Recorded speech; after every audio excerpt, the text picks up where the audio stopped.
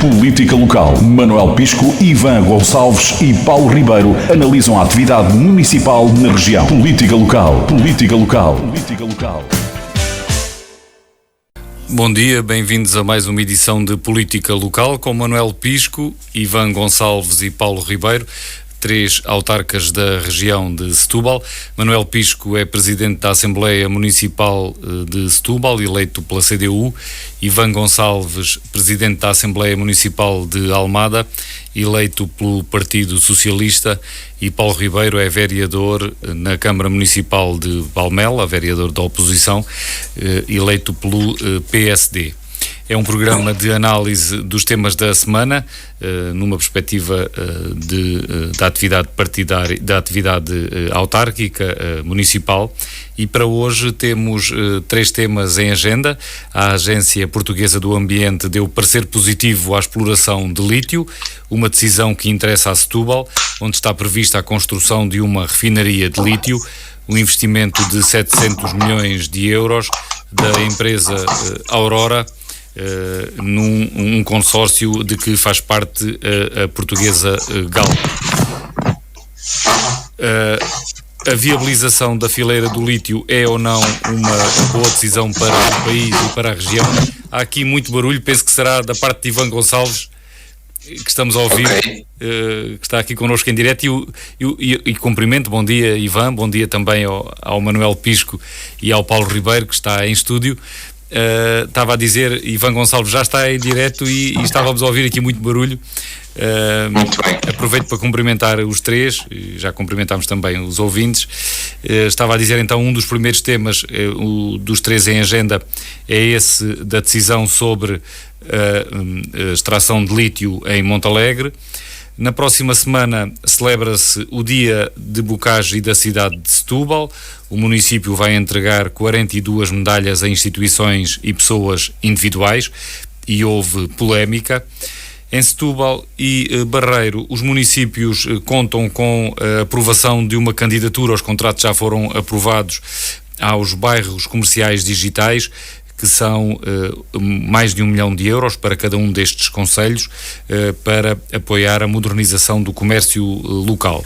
São estes os três temas que temos para hoje, e começamos pela Agência Portuguesa do Ambiente. Este primeiro tema da aprovação, digamos assim, da declaração de impacto ambiental para a extração de lítio em Montalegre. Esta decisão interessa a Setúbal, para onde está prevista a instalação de uma refinaria de lítio, uma empresa que se chama Aurora, que está nos trabalhos prévios para se instalar, são 700 milhões de euros. E a pergunta que começo por fazer, desta vez começamos por Ivan Gonçalves, do Partido Socialista. A viabilização desta fileira do lítio é uma coisa boa para o país e designadamente para a região de Setúbal, uma vez que é esta proximidade que nos interessa mais?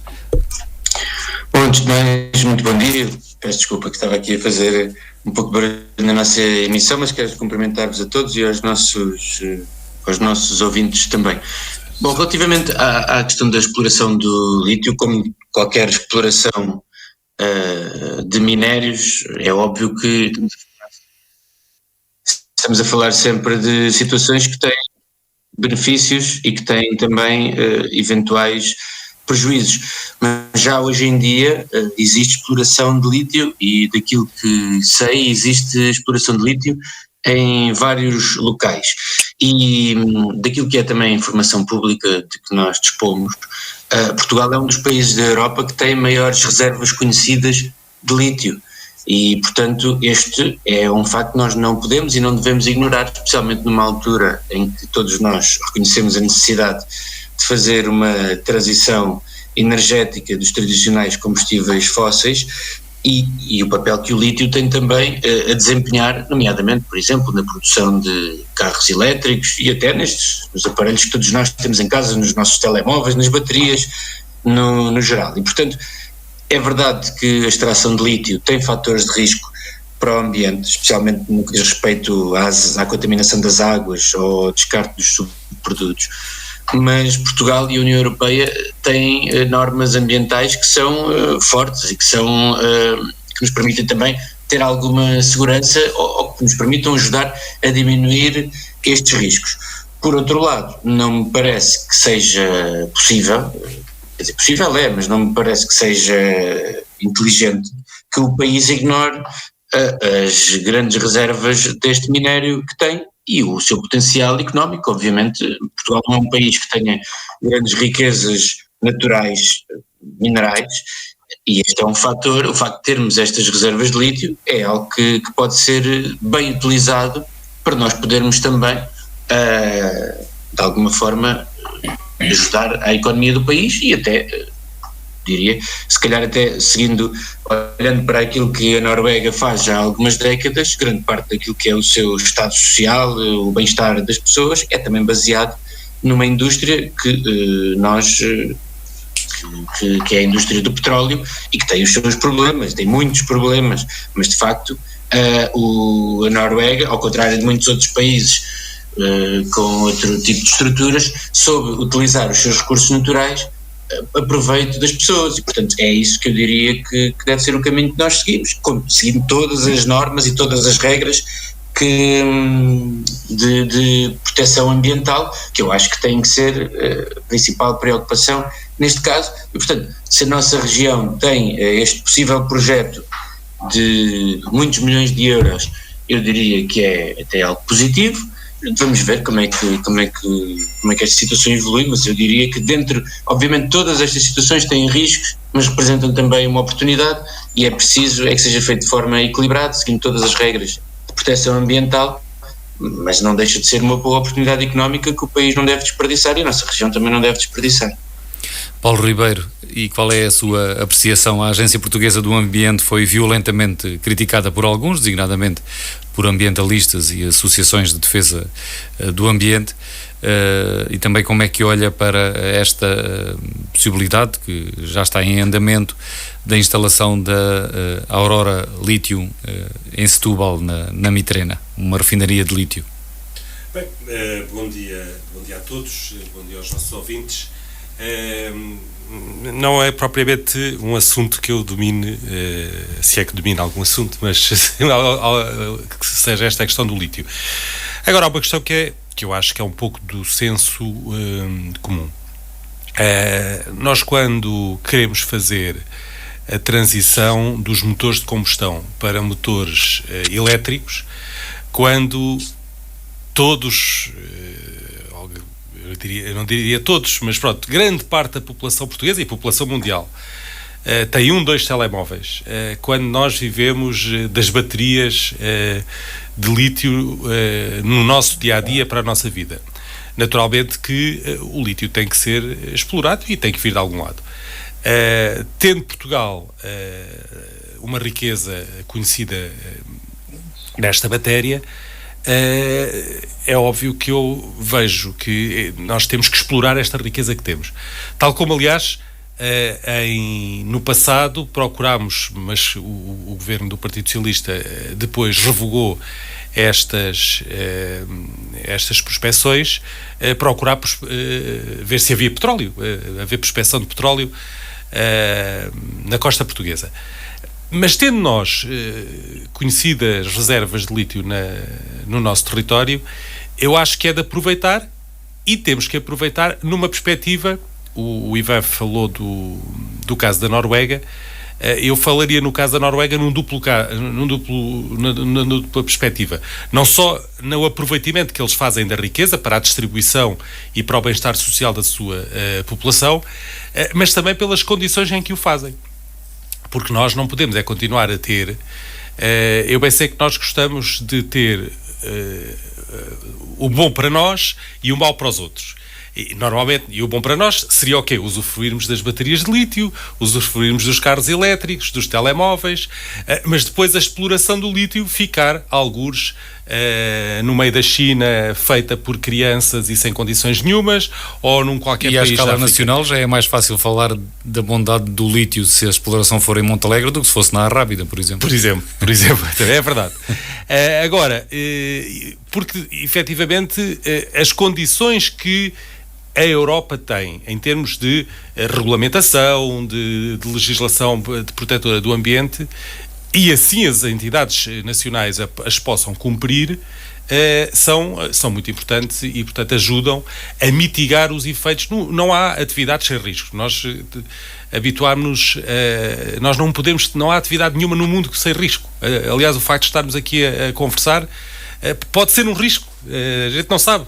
Portanto, viver é um risco e uma atividade destas, naturalmente, é um risco maior do que outras, mas eu acho que há condições, assim, as entidades públicas e também as privadas, com a sua consciência social, as cumpram. Há condições para fazer exploração e depois a refinação do lítio com o necessário cuidado e para que se possa extrair a riqueza e mitigar e minorar os eventuais efeitos que possam ter no meio ambiente.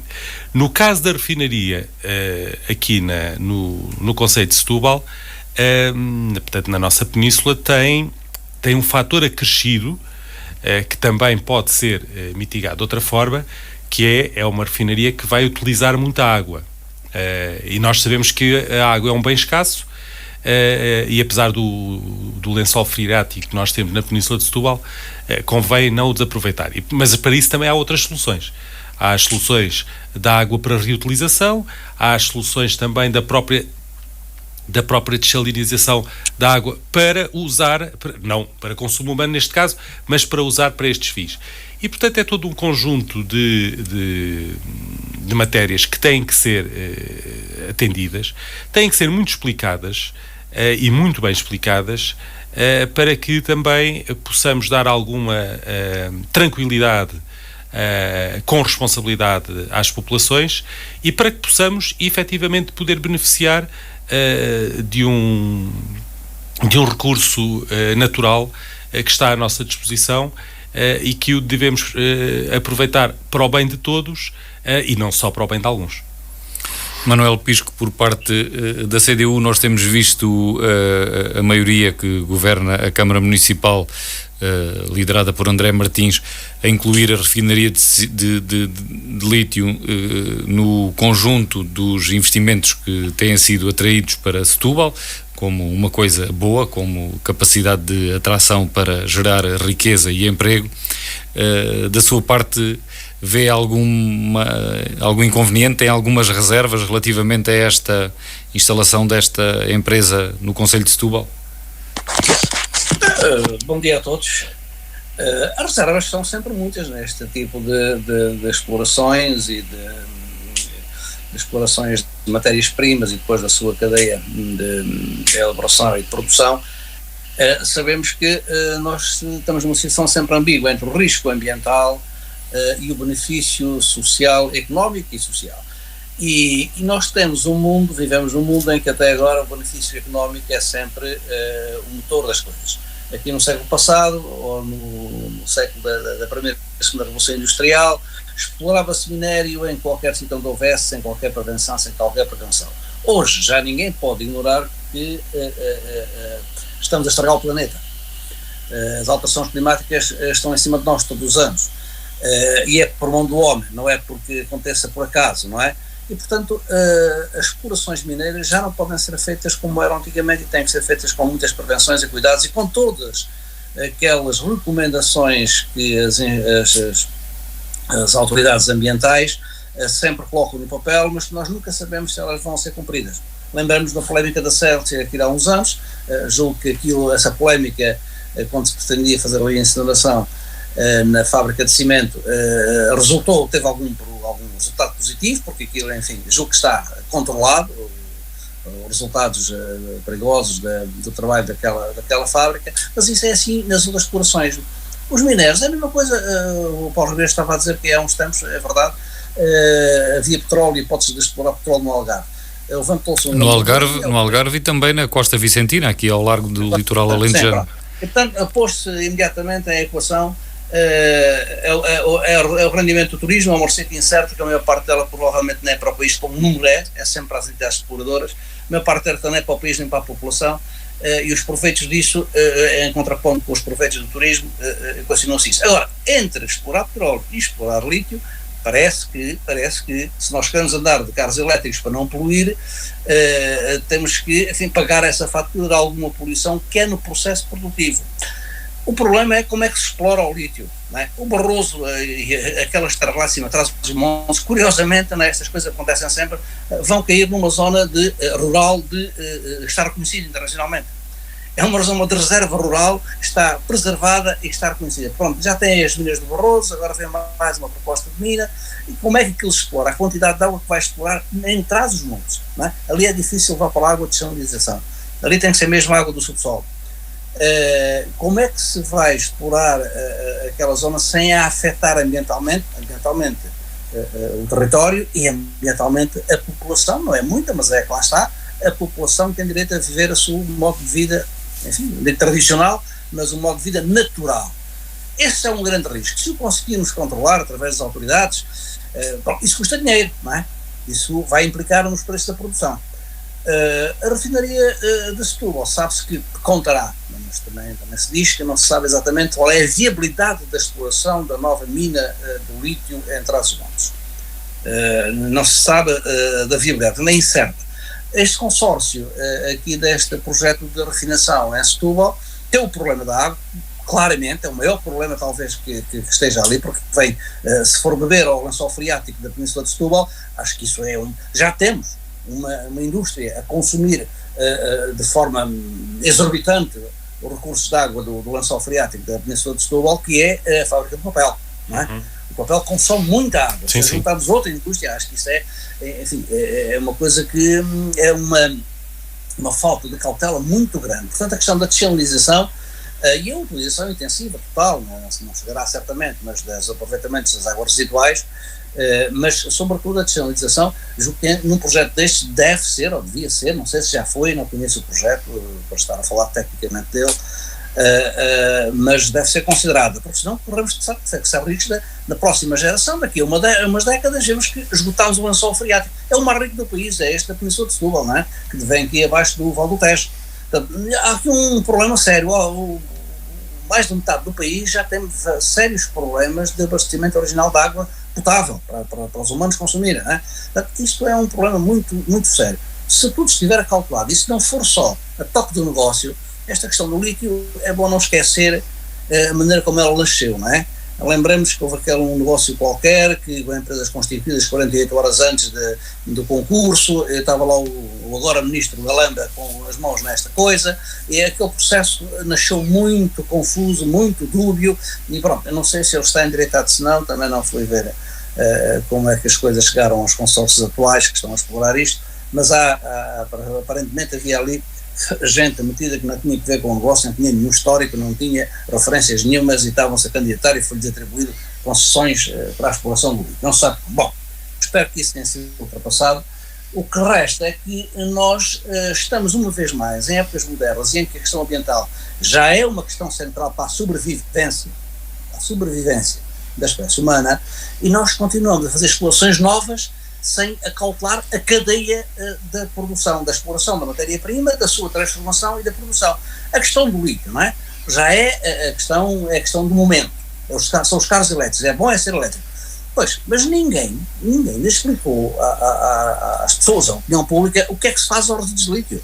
Tanto quanto se sabe, parece que apenas da reciclagem de resíduos de lítio, parece que até no lixo se pode reciclar lítio também, pode-se buscar lítio a várias coisas, não é? Mas parece só 1% se aproveita de lítio por reciclagem. As baterias, nós conhecemos as baterias das pilhas para diversos aparelhos e tal, agora as baterias dos carros elétricos é uma coisa. Só há 3% de reciclagem. Quer dizer, este ciclo de produção deste produto parece que aparentemente virgem, ninguém está a tratar dele, não é? O que é que se faz aos resíduos de lítio? Alguma coisa tem que ser feita. Como é que se reciclam as baterias? Se isto está, eu pensava que até que isto já está muito mais avançado. Agora fui ver números e vejo 3% só das baterias em geral, não é? Baterias não é de lítio, das baterias todas só já para armazenar energia. Só 3% é que estão a ser reciclados. Isto assusta um pouco. Nós podemos estar a querer, à conta da necessidade de tomar,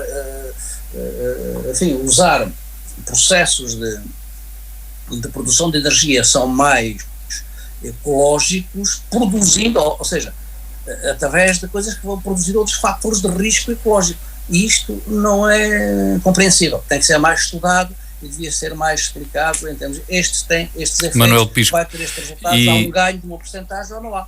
E politicamente, e também aproximando aqui da nossa realidade, da política autárquica, estas preocupações, estes cuidados que referiu, devem ser apenas expressos assim e ficar no domínio do bom senso, ou o município de Setúbal, por exemplo, e as outras entidades locais, nos pareceres que são chamadas a dar, devem pôr condições, darem pareceres positivos, mas condicionados a condições como, por exemplo, a construção de uma desalinizadora em Setúbal ou outras?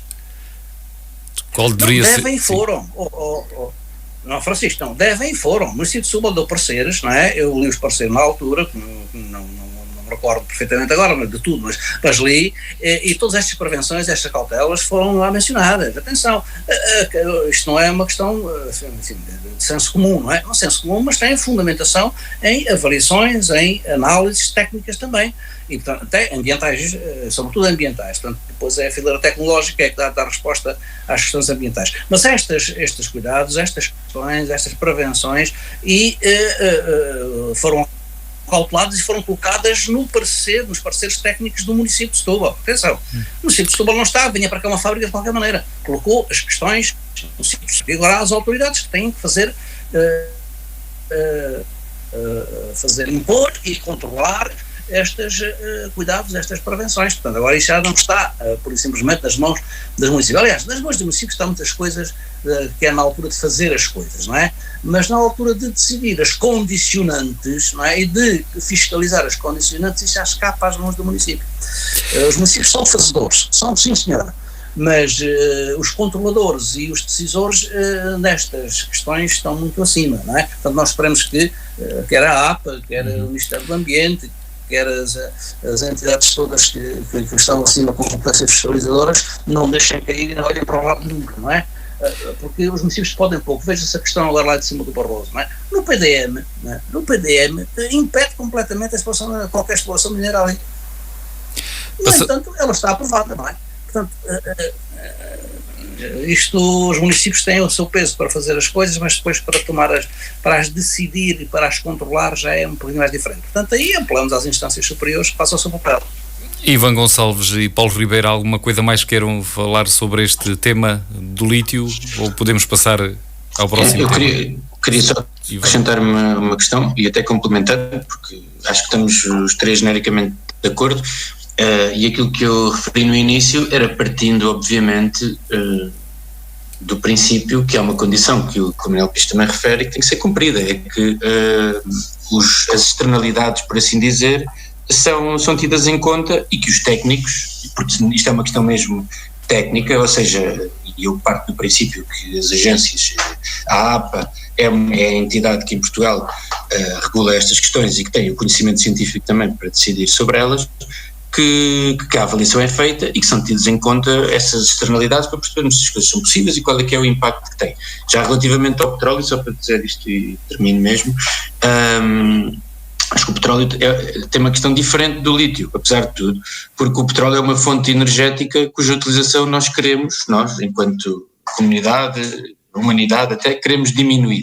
E, portanto, a sua exploração tem outras considerações que nós temos que ter em conta quando pensamos sobre ela, para além também da forma como pode afetar a indústria do turismo, que é uma das principais indústrias do país, indústria se podemos chamar assim, mas é um dos principais setores de atividade do país, e portanto aquilo que nós pudéssemos fazer de exploração de petróleo, nomeadamente no Algarve, tinha também essa repercussão que até mesmo do ponto de vista económico podia trazer problemas. Isto para dizer apenas que parece-me que o petróleo é uma questão diferente, que tem outros condicionantes. Agora, como é óbvio, nós não podemos, regresso ao início, nós não podemos ignorar as reservas que temos de materiais e a forma como também podemos fazer uso delas para os colocar ao serviço do bem-estar das populações. Paulo Ribeiro. No essencial, como se percebeu, não estamos em divergência. Aqui o que se trata é de que, efetivamente, são atividades com risco, como já aqui se disse. O que é importante é que as entidades que têm que fiscalizar e que têm que ter exigências para com as entidades exploradoras façam cumprir essas exigências. Porque lá está, se as coisas... nós temos que pesar os prós e contras, quer da parte económica, quer da parte ambiental, quer da parte social. Supesadas todas essas condicionantes, tem que se tomar uma decisão. E essa decisão depois tem que ser cumprida e as entidades oficiais têm que fiscalizar aqueles que vão explorar lá em cima no norte ou por outras zonas do país, ou refinar aqui mais perto de nós, vão ter que fazer essa fiscalização para que não seja posto em causa nenhum aspecto ambiental, nem seja causados prejuízos de maior às nossas populações. Sendo que há aqui sempre um valor, que eu há bocado alertei e volto a alertar, que é a questão da água. A água aqui, mas este valor não se deve medir só na questão da refinaria do lítio, já que falámos aqui tanto no turismo. Eu ainda estou para perceber onde é que o Governo vai buscar a água para todos os empreendimentos que está a autorizar na Costa Vicentina. Já como está neste momento, as pessoas que lá vivem têm falta de água. Portanto, imaginemos quando tivermos aquela ocupação daqueles empreendimentos que se prevêem e que estão autorizados para lá. Portanto, todas as atividades têm um risco. E, por exemplo, nós que estávamos aqui a falar nesta questão, comparar o turismo com outras atividades, também o turismo tem estes riscos, nomeadamente não só da ocupação do solo, das impermeabilizações do solo, mas também da utilização desenfreada de água. Vamos passar então para o segundo... Francisco, deixa-me dar uma nota final. Telegraficamente, Manuel, para passarmos para outro tema. Certo. Eu disse há pouco... Tem que falar um pouco mais perto do micro, Manuel, está-se a ouvir mal. Sim. Ok, obrigado. Eu estava a dizer há pouco que entre o petróleo e o lítio, ok, então o lítio é menos poluente, é por aí que se vai, mas entre o petróleo e o lítio e as energias possíveis, politicamente, foi a última questão que colocou, politicamente a aposta toda deve ser no hidrogénio, porque a tecnologia está aí, existe. O hidrogénio, que é completamente não poluente, não é? Produz água como resultado do seu processo de produção, não é? E tem energia limpa, e essa tecnologia existe, está nos aviões, está nos comboios, está em máquinas pesadas, essa tecnologia está nos automóveis. Há marcas conhecidas que têm carros a hidrogénio. Portanto, a aposta toda eu não estou a dizer nada de novo, este governo até teve essa percepção quando apostou lá na fábrica do hidrogénio em Sines, não sei em que ponto é que isso está, mas há tecnologia para ter uma alternativa limpa, de facto limpa, para a energia que consumimos nas fábricas, em casa e nos carros. É a aposta no hidrogénio. Tem riscos, claro que tem, mas parece que estão tecnologicamente dominados e aí estão as máquinas a funcionar. Aí sim, portanto, politicamente, as apostas todas no hidrogénio. E os hidrogénios têm provas dadas. Também há em Setúbal uma implantação de painéis solares para a produção de hidrogénio verde. Não é? Essa indústria ambientalmente tem muito mais valor, se calhar, do que o lítio, não é? E com isto a tecnologia existe, é preciso desmontar uma cadeia, uma fileira económica para substituir por outra, e se calhar aí é a questão, os travões para que a tecnologia do hidrogénio apareça mais divulgada e mais utilizada, não é? Mas é preciso pensar nisso. Mas eu não vejo ninguém a pensar em cadeias económicas e produtivas e de utilização social, em substituição e renovação por cadeias limpas. Isso é que faz falta, porque soluções técnicas parece que há. E com isto passamos então para o segundo tema de hoje. Na próxima semana celebra-se o Dia de Bocage e da cidade de Setúbal. É na sexta-feira, dia 15 de setembro, mas as celebrações começam logo a 14 e vão prolongar-se até dia 17. e o município vai entregar 42 medalhas a instituições e pessoas individuais, e houve novamente polémica. O ano passado já tinha havido uma enorme polémica partidária em volta deste assunto, sobretudo entre Partido Socialista e CDU, porque os nomes foram discutidos publicamente nas reuniões públicas.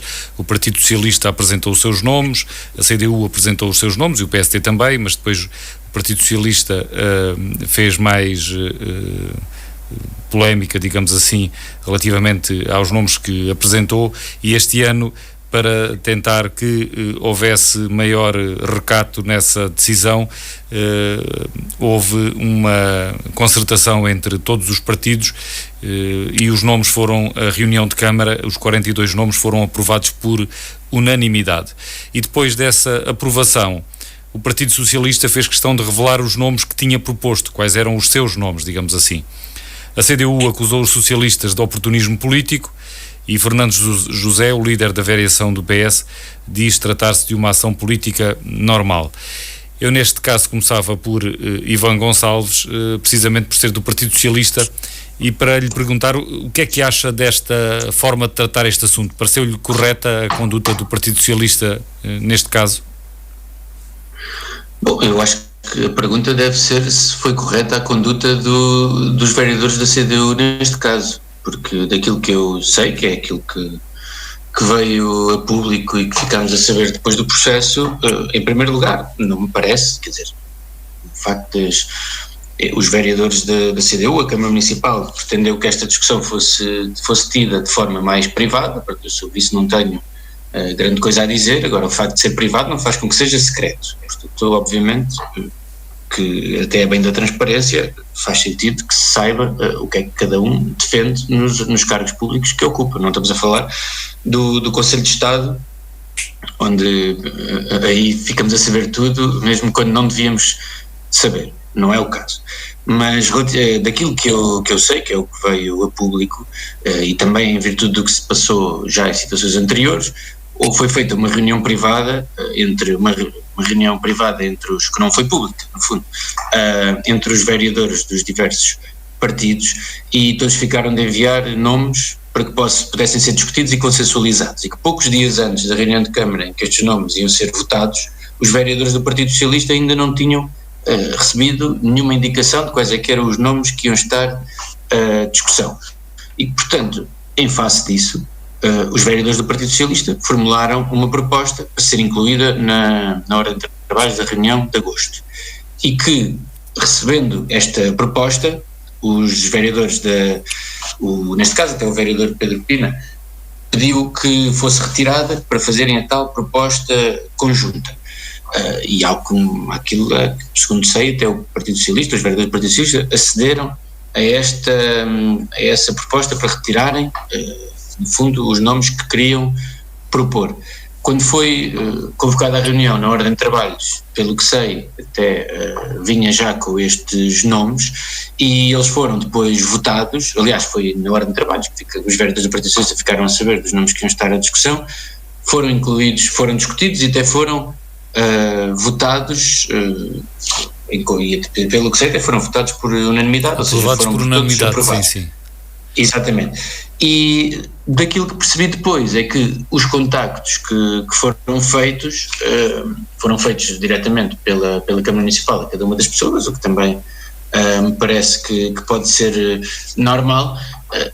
Também não foi dito pelos vereadores ou pelos contactos que foram feitos da Câmara Municipal quem é que eram os partidos que tinham proposto este nome ou aquele, fazendo passar, aliás, a ideia foi que passou como sendo apenas uma ideia da Câmara Municipal enquanto órgão, e os eleitos do Partido Socialista o que fizeram foi também revelar quais é que eram os nomes que entenderam que deviam constar nesta lista. Portanto, não me parece, francamente, que haja aqui nenhum tema. Acho que, se calhar, aquilo que nós devíamos estar a discutir não era esta questão, eram os outros temas que verdadeiramente importam, como aquele que discutimos ainda há umas semanas relativamente aos bombeiros voluntários, aos bombeiros sapadores, aliás, e aqueles projetos que foram anunciados pelo Executivo e que nós continuamos sem saber qual é que é o destino que vão ter. Agora, sobre este tema, não me parece que um partido tivesse sequer a obrigação de manter sigilosas as propostas que faz num órgão, como é um órgão que merece escrutínio, que é o meu caso da Câmara Municipal de Setúbal, e portanto os vereadores do Partido Socialista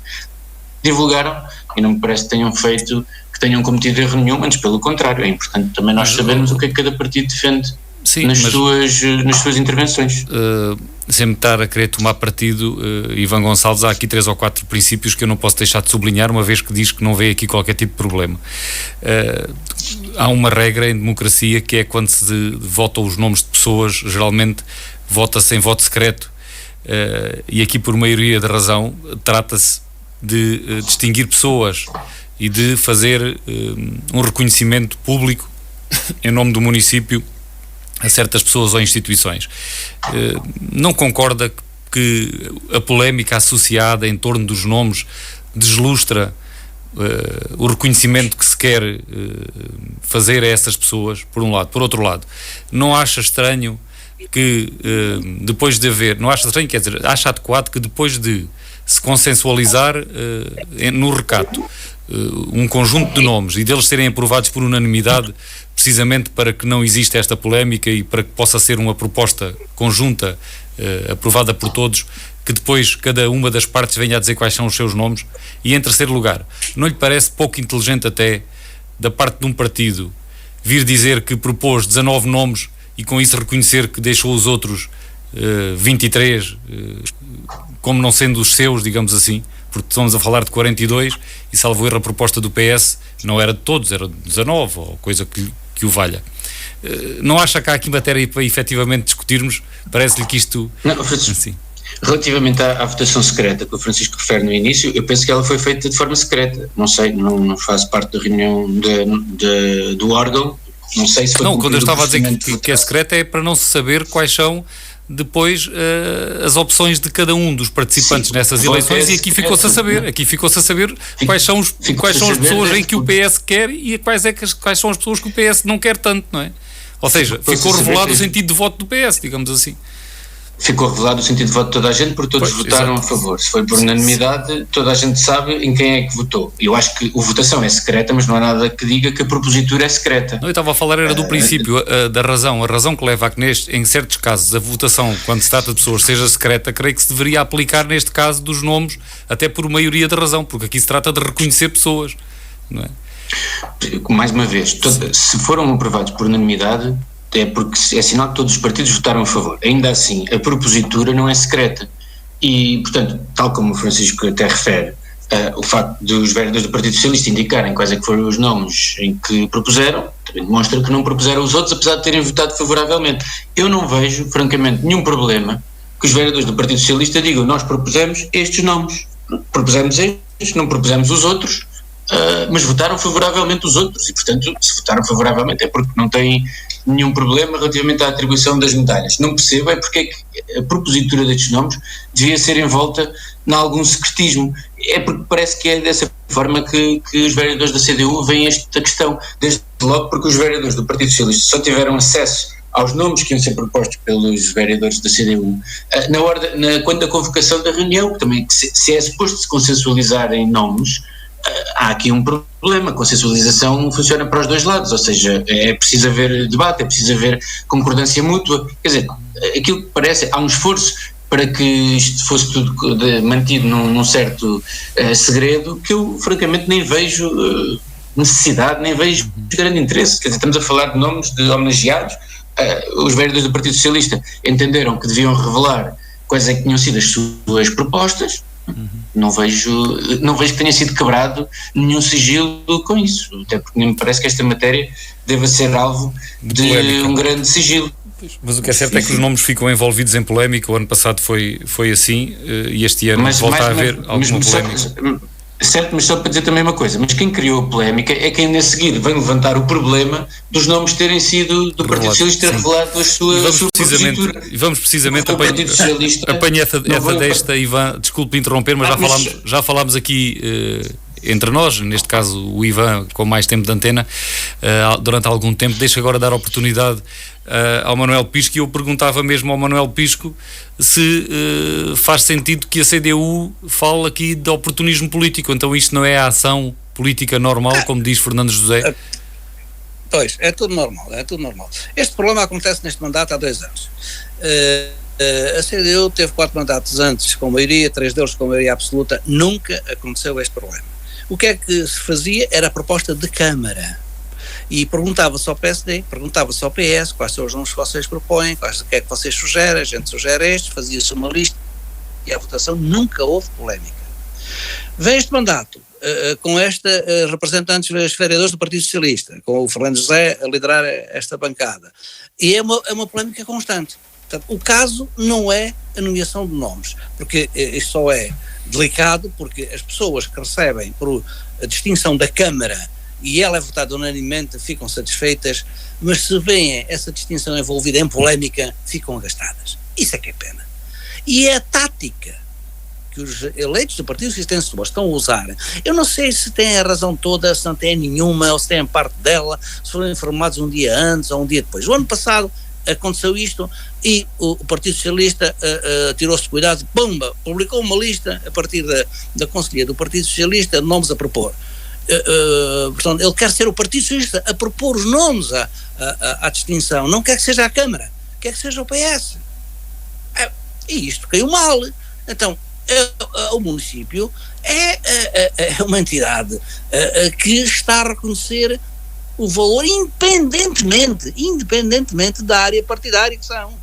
E sempre fizemos isso, nós sempre tivemos propostas, do parte da CDU em maioria, que não dissemos que era da CDU, que apresentávamos como sendo da Câmara toda, e eram pessoas do PSD, pessoas do CDS, pessoas do PS, nunca houve distinções nem discriminações, nunca houve. Agora, os eleitos do Partido Socialista fazem questão de discriminar, dizer, estes são os nossos, os que nós propomos. Manuel Pisco, mas não é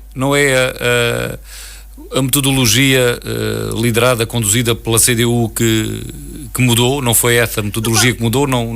Agora é feita a mesma tentativa de conciliação que era feita no tempo de Dores Meira? Ouça, o ano passado aconteceu isto, o PS divulgou as suas propostas de nome, não quis saber dos outros, que era para fazer ver que eram só o Partido Socialista que reconhecia aquelas pessoas. E combinou-se na altura que isso não era procedimento correto. E o que é que combinaram o PS, PSD e a CDU? Que se fazia uma proposta conjunta, falava-se primeiro, avançavam-se os nomes e se fazia uma proposta conjunta. Agora vêm dizer que não nos deram conhecimento a tempo. Não sei se foi se não, eu não estava lá por dentro, não sei se foi se não, mas acho que não. Quer dizer, acho que não, eu conheço disso, é a discussão que foi feita na reunião de Câmara na quarta-feira, não é?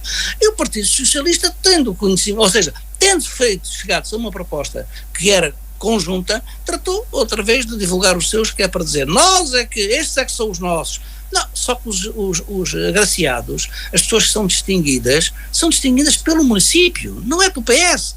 E os eleitos do Partido insistem nesta tática. Isto é que está mal, não é? Porque querem ser eleitos do PS, muito bem, fazem um sarau anual e dizem, o Partido Socialista distingue estas personalidades, estes são seus militantes, mais aquelas personalidades. Livre de fazer. Agora, se é para ser feito pelo município, então que se tente o consenso. Isso foi combinado no ano passado. Este ano, não é? Tendo-se feito esse caminho, depois até de estar feita a consensualização, o Partido Socialista tratou de divulgar os nomes que eu tinha proposto. Isto não vem mal nenhum ao mundo, não é? Não é uma questão de fundo, mas é uma questão de tática política que não me parece justificada. Isto nem aproveita ao Partido Socialista, eu acho. Se o Partido Socialista quer fazer um caso, uma bagunça, uma chicana política de qualquer coisa que aconteça no município, até sobretudo a propósito do dia do município, da distinção das pessoas a quem se dá mais valor nas suas atividades e pelo que fizeram no município, quer fazer chicana política com isto, eu acho que sai mal. Isto é contraproducente. Quem faz isto perde credibilidade, não é? Agora, é lá com eles, pronto, têm esta tática, vão continuar eventualmente a fazê-la, qualquer coisa que se faça, nunca há de ser o município, há de ser o PS. Manuel Pisco, creio que já disse o essencial. Se não se importa, vou passar agora a palavra a Paulo Ribeiro. Paulo Ribeiro, o PSD está aqui um pouco mais distante desta polémica, não tem estado diretamente envolvido, e por isso pedia-lhe até que fizesse aqui a sua apreciação, mas quase um pouco de juiz. Quem é que lhe parece ter razão neste caso? A CDU ou o PS? Olha, eu sinceramente o que tenho conhecimento disto é o que se lê nos jornais. Eu acho que nenhum tem razão, e isto mostra uma falta de sentido institucional, eu diria de sentido de Estado, se isso pode aplicar, total de ambos os partidos. Isto é um disparate monumental. O primeiro disparate é cometido pelo Partido Socialista, que é o Partido Socialista vir dizer, atenção, desses 42 nomes, 19 fomos nós que propusemos. Quer dizer, levem a bicicleta, quer dizer, mas o disparate é tão grande que eles não notam a degradação que é para eles fazerem uma coisa destas, porque isto significa que estão a desconsiderar a maioria dos nomes, a parte dos nomes, porque não os propuseram, estão a isolar alguns nomes e dão a ideia a essas pessoas que, se não for... Eu sei que os objetivos destes são claríssimos, os objetivos de ambos, é tirar proveito eleitoral de uma coisa que não devia ter direito de tirar-se proveito eleitoral, que era o Dia da Cidade, reconhecer-se que há um conjunto de cidadãos que trabalham para o bem comum, ou na área social, ou na área económica, ou nas artes, ou no ambiente, onde for, que merecem ter uma consideração da comunidade onde nasceram ou onde vivem. E, portanto, com esta polémica, eu não me sentiria nada... eu pensei que, se calhar, que alguém há de ter proposto o nome de alguém. Ele não nasceu por geração espontânea. Ele ou foi proposto por alguém do PSD, ou por alguém da CDU, ou por alguém do PS. Isso aí é natural. Agora, para os visados, obviamente que eles preferem que o nome deles não seja envolvido em polémicas. Portanto, o PS aqui esteve mal.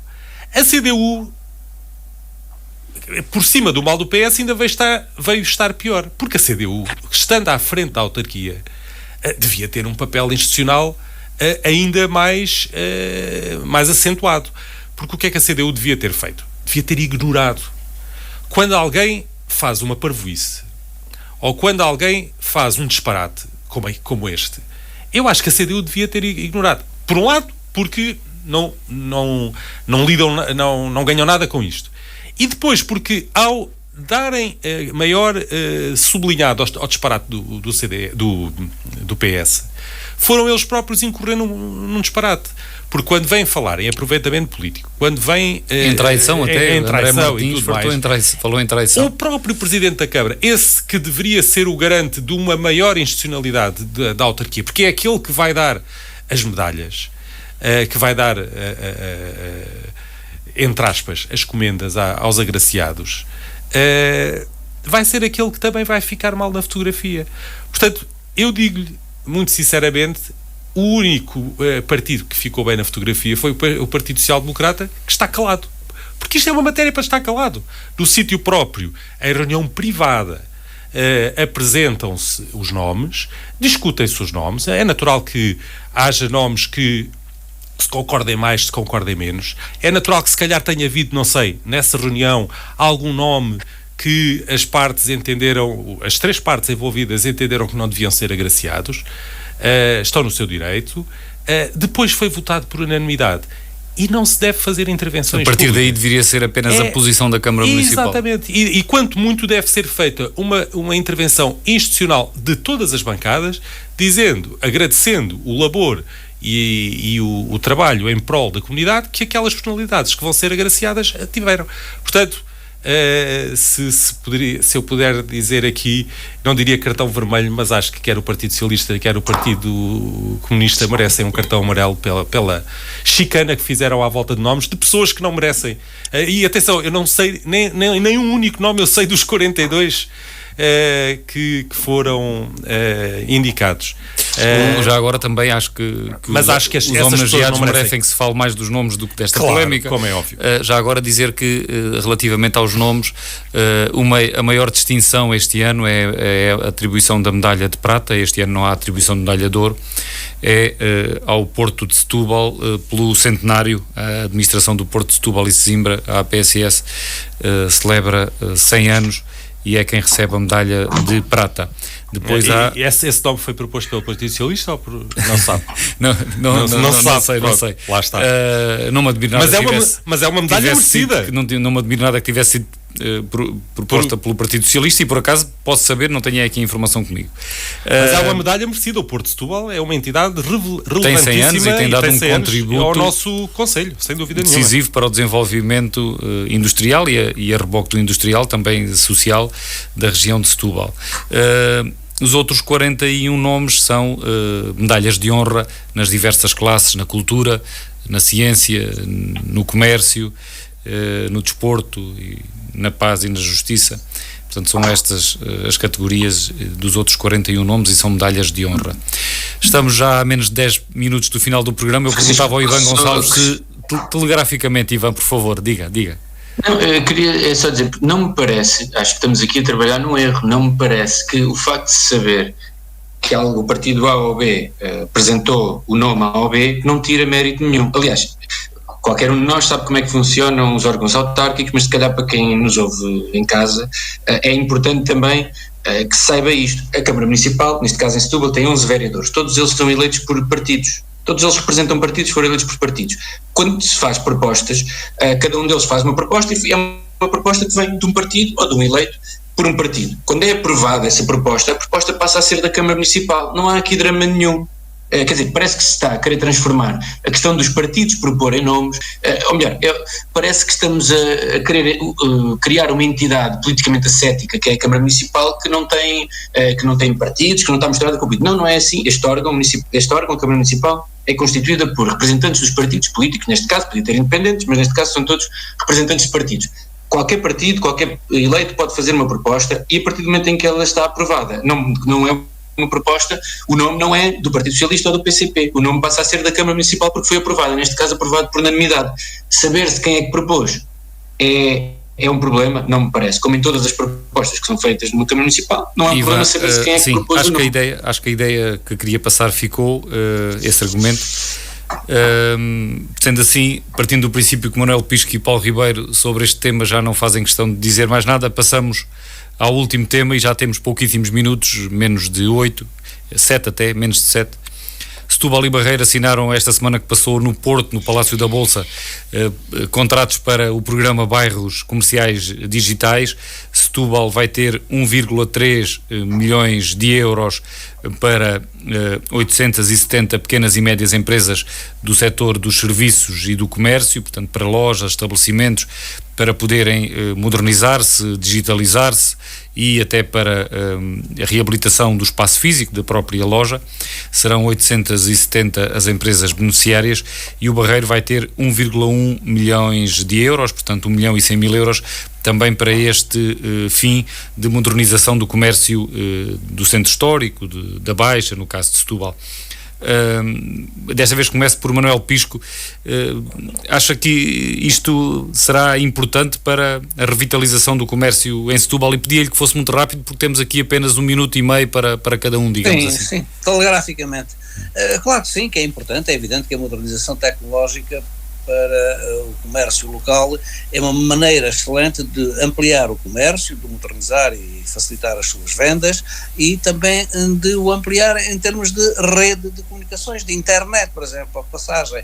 Não é só para que as pessoas fiquem digitalmente mais habilitadas, os comerciantes e os seus empregados e a possibilidade de ter as lojas online, não é? Para fazer compras.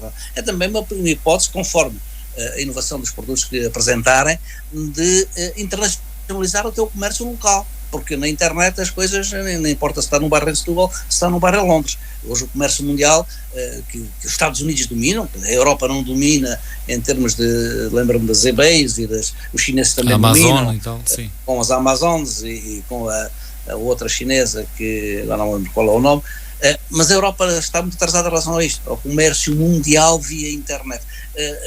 Esta pode ser uma excelente oportunidade para a utilização do comércio local, do comércio nacional e internacional. Vamos pôr as coisas com esta ambição. Ivan Gonçalves, além do município de Setúbal, que é de maioria comunista, também o município do Barreiro, que é de maioria socialista, conseguiu aprovar a sua candidatura neste programa. Aliás, são os únicos 2 municípios da região de Setúbal que conseguem ir buscar verbas para este fim.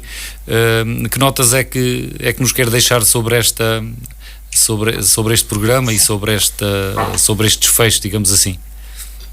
Bem, eu acho que é positivo, necessariamente, que nós, e o Manuel Pisco também já o disse, estamos absolutamente de acordo, estamos a falar de uma verba que é considerável e que pode ajudar a melhorar o nosso comércio local. Em vários pontos do comércio local tem hoje desafios que são completamente diferentes daqueles que tinha há algumas décadas atrás e em alguns concelhos existe também a necessidade de nós fazermos uma promoção muito forte deste comércio local, até por contraste com as grandes superfícies, e portanto eu acho que todas as verbas que nós tivermos e que conseguirmos no âmbito do PRR ou dos programas operacionais de apoio europeus para que possamos revitalizar e dar aqui um novo impulso ao comércio local é uma boa notícia. É uma boa notícia que lá está, independentemente da maioria dos vereadores do Barreiro serem do Partido Socialista ou da maioria dos vereadores do Setúbal serem da CDU, é uma boa notícia para os 2 municípios e para o distrito. Paulo Ribeiro, para fechar o programa de hoje, também sobre este tema destas 2 candidaturas. Bem, obviamente que quando estamos a falar de candidaturas e de oportunidades para o comércio local, ou seja, o comércio local sejam outras atividades económicas, é sempre importante a aprovação destas candidaturas. O que eu me preocupa sempre mais, nós somos muito bons a anunciar, somos maus a executar. É como é que vai ser a execução disto. Por um lado, no caso que eu conheço melhor, que é Setúbal, se ainda existe no centro histórico um comércio local pujante que se possa habilitar. Nós vemos o centro histórico de Setúbal pejado de lojas de chineses, portanto não sei se será aqui muito valoroso para este tipo de comércio estes programas. Mas ainda assim, para os que existem, é importante para se internacionalizar, é importante principalmente para se modernizarem e para se tornarem mais atrativos às pessoas que nos visitam, às pessoas que cá vivem, mas como em tudo na vida, eu vejo sempre com muita atenção os anúncios que o Partido Socialista faz, é sempre muito bom, é sempre muito PowerPoint, muito croquete. Vamos ver como é que vai ser a execução. A execução é que vai ser a ponta, o que interessa aqui avaliar é se este dinheiro vai efetivamente chegar aos seus destinatários e se não vai ficar no papel e não terá que ser devolvido a Bruxelas mais tarde. E com isto... E vemos todos que o Paulo Ribeiro tem mais fé nos anúncios da CDU do que do Partido Socialista. Não. É experiência. E com isto chegamos ao final da edição de hoje do Política Local, com Manuel Pisco, da CDU, Ivan Gonçalves, do PS, e Paulo Ribeiro, do PSD. O programa está no ar aqui na Popular FM aos sábados às 11 da manhã, com repetição aos domingos às 2 da tarde, e está disponível também em podcast. E voltamos de hoje a 8 dias. Desejamos uma boa semana a todos. Política Local. Manuel Pisco, Ivan Gonçalves e Paulo Ribeiro analisam a atividade municipal na região. Política Local. Política Local. Política Local.